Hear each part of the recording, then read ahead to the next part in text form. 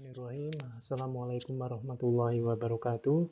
Selamat datang kembali di kuliah online mata kuliah manajemen strategi.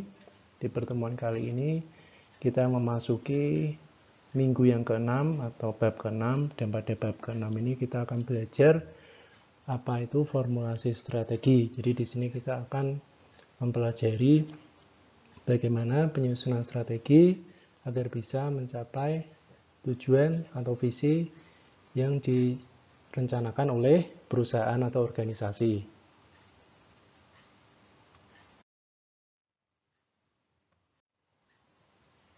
Nah, tujuan pembelajaran dari bab yang ke-6 atau pertemuan yang ke-6 ini adalah untuk mempelajari apa itu definisi sukses dalam sebuah dunia usaha atau dunia bisnis.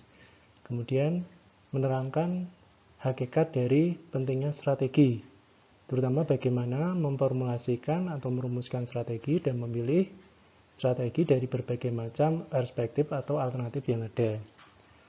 Kemudian yang ketiga itu menguraikan safari strategi yang menjelaskan strategi dari 10 mazhab sejarah pemikiran strategi berdasarkan formasi strategi yang ada.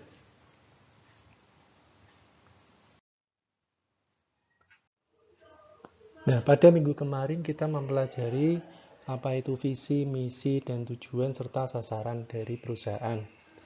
Nah, visi yang baik itu mendeskripsikan tentang apa yang ingin dicapai oleh sebuah perusahaan dengan mengimplementasikan strategi yang telah dirumuskan. Jadi bagaimana strategi yang dirumuskan oleh perusahaan ini dapat berjalan dengan baik guna mencapai tujuan atau visi dari perusahaan. Kesuksesan dari perusahaan ini dapat dilihat dari prestasi perusahaan yang diukur dari kemampuannya yang memberikan nilai tambah atau added value.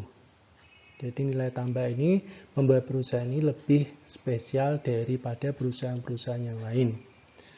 Atau perusahaan ini dapat menciptakan output yang nilainya lebih dari biaya input yang telah dikeluarkan oleh perusahaan.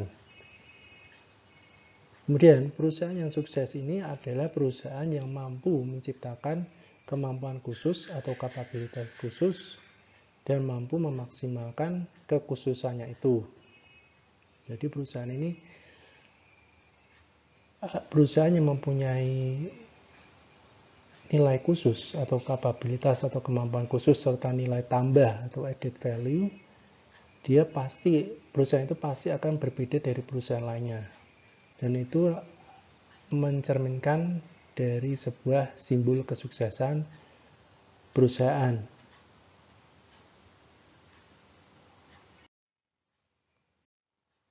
Nah, bagaimana dengan formula sukses itu sendiri? Kesuksesan itu sendiri membutuhkan 4 faktor yang keempat-empatnya ini akan sangat penting dalam kesuksesan sebuah perusahaan. Yang pertama, alat atau tools yang dilambangkan dengan A, kemudian B, bekerja, C, cita-cita, dan D, doa.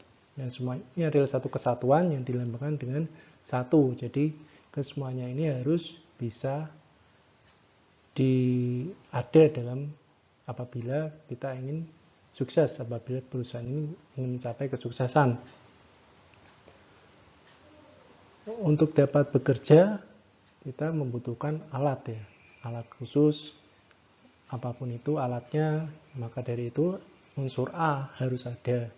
Kemudian kalau kita ada alat tapi kita tidak mau bekerja, itu kesuksesan juga tidak akan pernah didapatkan. Nah, kita punya alat, kita mau bekerja tapi kita tidak punya angan-angan atau impian atau cita-cita, maka bila kita tidak tahu apa tujuan atau cita-cita kita, maka percuma saja kita akan bekerja. Seolah-olah kita hanya bekerja saja, tidak mempunyai suatu tujuan yang jelas. Nah, ketiganya, apabila kita punya alat, kita punya kemampuan untuk bekerja, kita punya cita-cita, tapi kesemuanya ini tanpa doa, menjadi sia-sia belaka. Karena sehebat apapun, sekuat apapun usaha manusia, kesemuanya itu masih ditentukan oleh dari takdir Allah Subhanahu wa taala. Nah, kemudian kita lanjutkan. Nah, karakteristik dari perusahaan sukses itu seperti apa?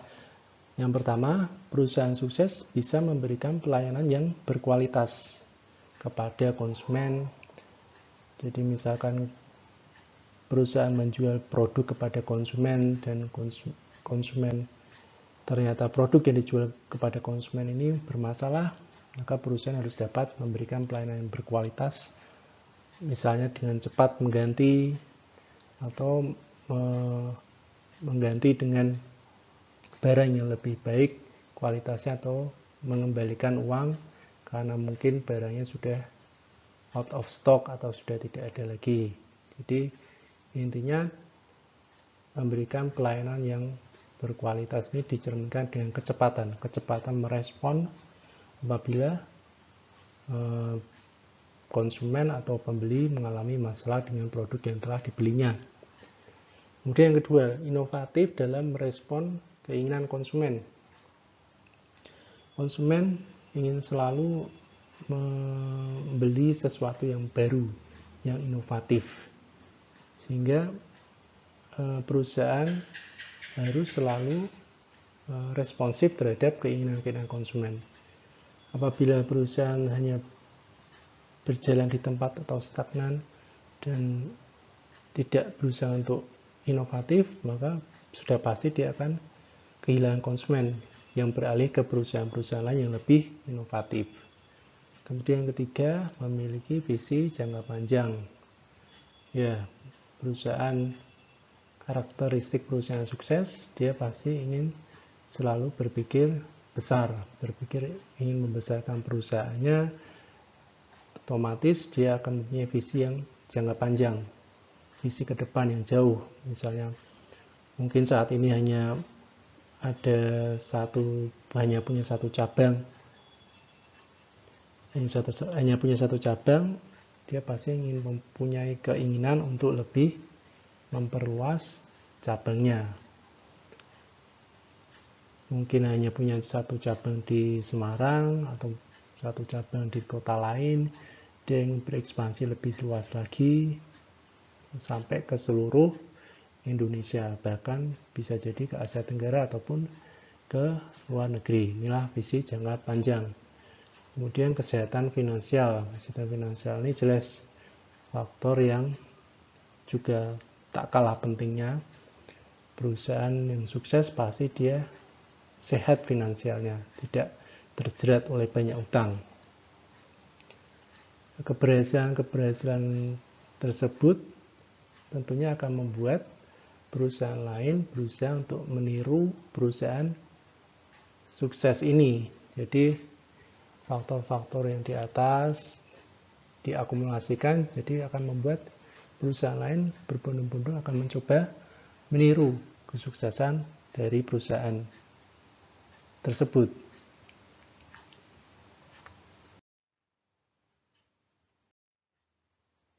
Perusahaan yang sukses, dia akan mempunyai keunggulan yang khusus dibandingkan perusahaan lain. Jadi dia punya karakter yang tidak dimiliki oleh perusahaan-perusahaan lain.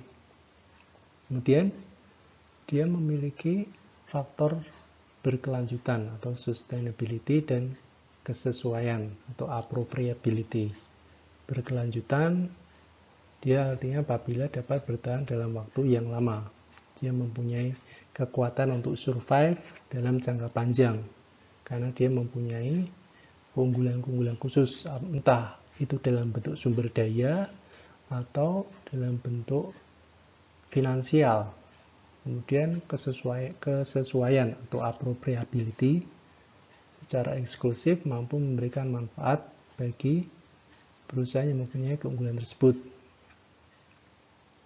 Jadi intinya dia punya dua faktor, yaitu faktor yang berkelanjutan atau faktor bisa untuk bertahan dalam jangka waktu lama, dan kesesuaian. Kesesuaian ini berarti adaptif ya, adaptif terhadap lingkungan dan mampu memberikan manfaat.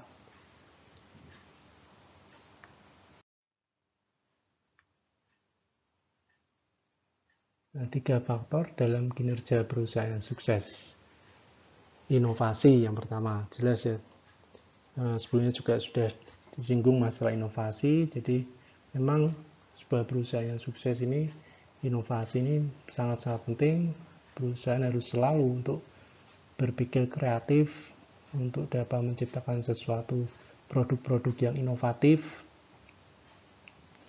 Kemudian, jika perusahaan ini mampu menciptakan produk-produk yang inovatif, dia akan berkembang lagi. Dia mampu untuk menjual produk-produknya, kemudian meningkatkan keuntungannya sehingga dia dapat melakukan peningkatan dalam bentuk arsitektur. Misalnya arsitektur bangunannya dibangun lebih besar lagi perusahaannya.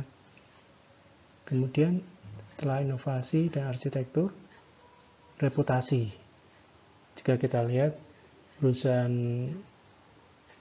sebuah perusahaan yang inovatif, dia mempunyai arsitektur yang besar, yang hebat, dan mempunyai bangunan yang mempunyai cabang yang banyak, dia pasti mempunyai reputasi yang besar juga. Jadi ketika kita melihat sebuah perusahaan yang mempunyai 3 faktor ini, pastilah dia adalah sebuah perusahaan yang sukses.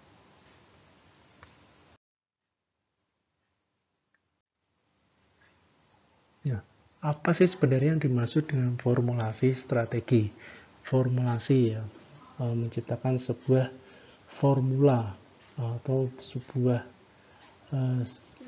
strategi dan formula. Jadi benar-benar strategi yang sangat penting, merumuskan strategi, yaitu suatu tahap merumuskan, menyusun atau memformat suatu strategi yang dimulai dengan pengembangan suatu visi, misi, organisasi.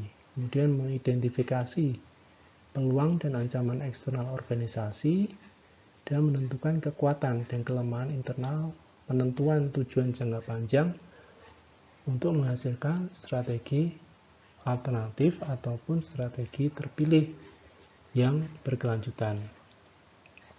Nah, ketika kita mau menyusun strategi atau merumuskan strategi, kita harus mulai dulu dengan visi. Visi apa yang ingin dicapai oleh perusahaan, kemudian turun lagi, breakdown lagi menjadi misi apa yang harus dilakukan untuk mencapai visi tersebut. Harus bisa mengidentifikasi peluang apa yang bisa didapatkan oleh perusahaan dalam lingkungannya, dan ancaman dari luar, dari yang sifatnya eksternal. Kemudian menentukan kekuatan dari perusahaan itu, kekuatan internal ataupun kelemahannya, kemudian tujuan jangka panjangnya seperti apa, dan terakhir berusaha menghasilkan tidak hanya satu strategi tapi beberapa strategi alternatif yang nanti bisa dipakai sebagai cadangan apabila memang strategi utama tersebut sulit untuk dilaksanakan. Nah, isu-isu apa yang ada dalam perumusan atau formulasi strategi ini, jadi usaha apa yang akan dilakukan, kemudian usaha seperti apa, kemudian bagaimana mengalokasikan sumber-sumber daya yang dipunyai oleh perusahaan, lalu apakah perluasan operasi perusahaan atau diversifikasi.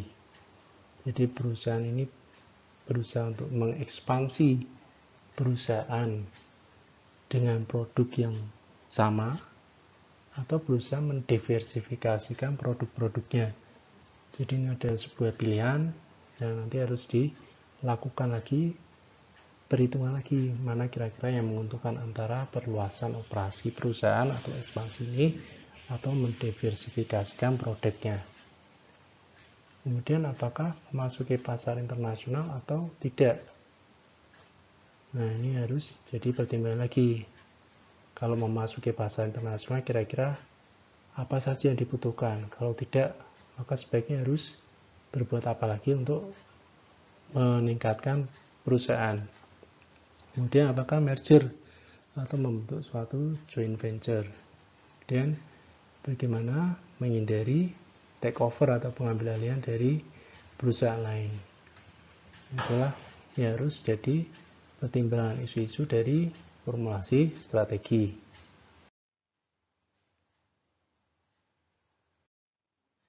Nah, keputusan-keputusan formulasi strategi ini harus terarah kepada hasil atau produk yang spesifik pasar atau harapan-harapan dari masyarakat.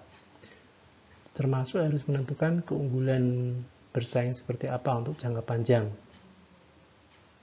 dalam keadaan apapun juga. Nah, jadi prinsip dalam pembuatan strategi ini adalah bagaimana suatu perusahaan berusaha mengatasi persaingan yang ada dan memenangkan persaingan dengan menggunakan sumber daya yang dipunyai. Jadi prinsipnya itu. Nah, hal-hal yang harus ada diperhatikan dalam pembuatan strategi adalah bagaimana organisasi mampu merumuskan visi dan misinya tadi. Dan tujuannya jelas, kemudian menghubungkan dengan kondisi-kondisi yang ada. Kondisi-kondisi yang ada ini seperti apa? Yaitu lingkungan internal dan eksternal. Nah, menentukan sumber daya menjadi nilai keunggulan strategis organisasi. Strateginya bagaimana berusaha untuk menciptakan strategi-strategi yang efektif. Nah, proses pembuatan strateginya ini langkah-langkahnya sebagai berikut, yang mulai dari penentuan visi dan misi, perumusan tujuan yang jelas, kemudian identifikasi kondisi existing baik internal maupun eksternal, kemudian penentuan sumber daya yang dapat dijadikan sumber keunggulan bersaing, kemudian pengembangan strategi-strategi alternatif, kemudian strategi alternatif itu dievaluasi mana yang paling baik, dan yang terakhir adalah penentuan pemilihan strategi terbaik. Nah, kemudian bagaimana cara untuk menciptakan kesuksesan untuk sebuah perusahaan? Caranya dengan menerapkan dua strategi, yaitu strategi korporat dan strategi bersaing. Nah, strategi korporat ini yang termasuk di sini misalnya pilihan bisnis seperti apa yang diinginkan oleh organisasi, produk apa yang ingin dijual, atau jasa apa yang ingin ditawarkan. Kemudian pasar atau marketnya ke arah mana? Mau ke luar negeri atau dalam negeri? Mau ke anak-anak atau perempuan atau orang tua atau laki-laki. Kemudian aktivitas perusahaannya juga ditentukan seperti apa. Apakah perusahaan akan banyak melakukan penjualan secara online atau offline, kira-kira seperti itu. Kemudian strategi bersaing, jadi posisi perusahaan yang relatif dibandingkan para pesaingnya ya dalam pasar yang dipilih. Posisi persaingan dengan perusahaan lain. Apa yang harus diantisipasi oleh perusahaan untuk bersaing dengan perusahaan lain? Itulah strategi bersaing.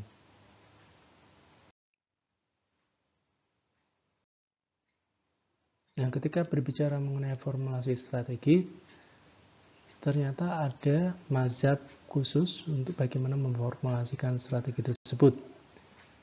Jadi ada 10 mazhab yang dianut oleh masing-masing, dianut oleh beberapa perusahaan, bagaimana semacam petunjuk bagaimana memformulasikan strategi yang tepat, fokusnya mau kemana, mau ke desain, ke perencanaan, atau dan lain-lain sebagainya.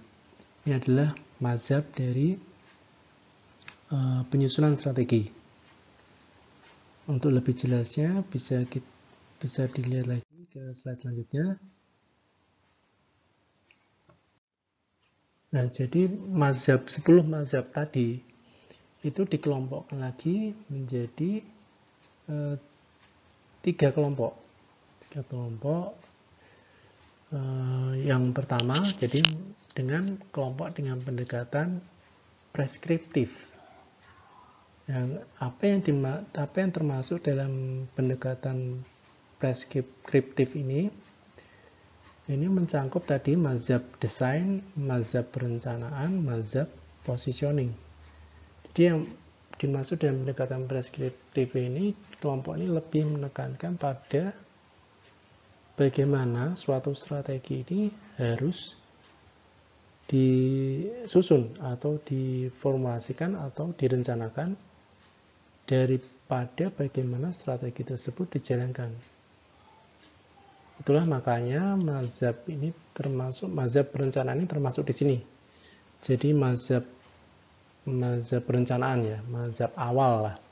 Mazhab awal, jadi lebih concern dengan bagaimana strategi ini dirumuskan daripada dijalankan.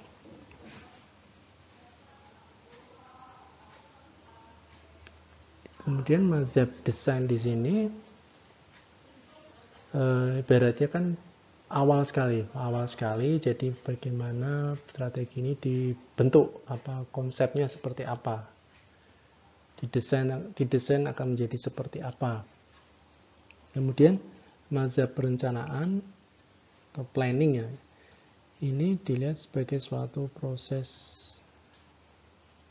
perencanaan, memang direncanakan, setelah didesain lebih jauh lagi akan direncanakan nanti kira-kira akan seperti apa perusahaan ini. Nantinya strategi yang tepat harus direncanakan seperti apa. Kemudian setelah mendesain, merencanakan, ada mazhab positioning ya. Positioning ini jadi memposisikan dengan tepat strategi yang sudah direncanakan, atau bisa juga dengan kata lain berusaha menganalisa perencanaan yang sudah ditetapkan dalam penyusunan strategi. Nah, yang kedua yaitu pendekatan deskriptif. Dengan pendekatan deskriptif ini yang termasuk di sini ada mazhab kewirausahaan, kognitif, pembelajaran, kekuatan, budaya, dan lingkungan. Jadi kelompok ini lebih menekankan pada bagaimana suatu strategi ini dijalankan. Jadi setelah dirumuskan, maka kalau yang melalui pendekatan preskriptif ini setelah dirumuskan, kemudian ke pendekatan deskriptif. Jadi bagaimana strategi ini dilaksanakan. Contoh yang pertama itu mazhab kewirausahaan ya. Kewirausahaan ini lebih kepada ketika kita melihat atau belajar wirausaha ini penuh dengan visi-visi atau pemikiran-pemikiran yang inovatif. Jadi kalau di sini kita harus berpikir kreatif, hubungannya dengan kreatif dan inovatif. Kemudian ada juga bagaimana sikap kognitif atau mentalnya yang seperti apa yang tepat untuk menjalankan strategi tersebut. Kemudian adanya proses pembelajaran serta kekuatan atau pengaruh-pengaruh budaya dan lingkungan. Jadi beberapa mazhab ini memang sangat berpengaruh ketika perusahaan ini berusaha untuk menjalankan strateginya.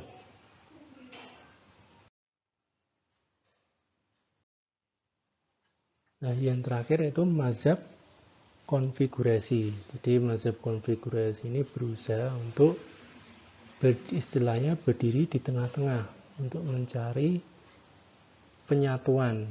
Jadi mengelompokkan berbagai elemen dari strategi itu, kemudian kira-kira mana yang tepat kombinasinya atau konfigurasinya, sehingga bisa dilaksanakan secara bersama-sama.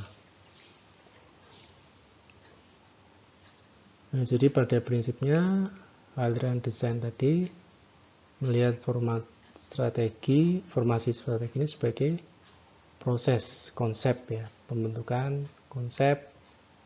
Jadi bagian dari kelompok aliran atau mazhab preskriptif.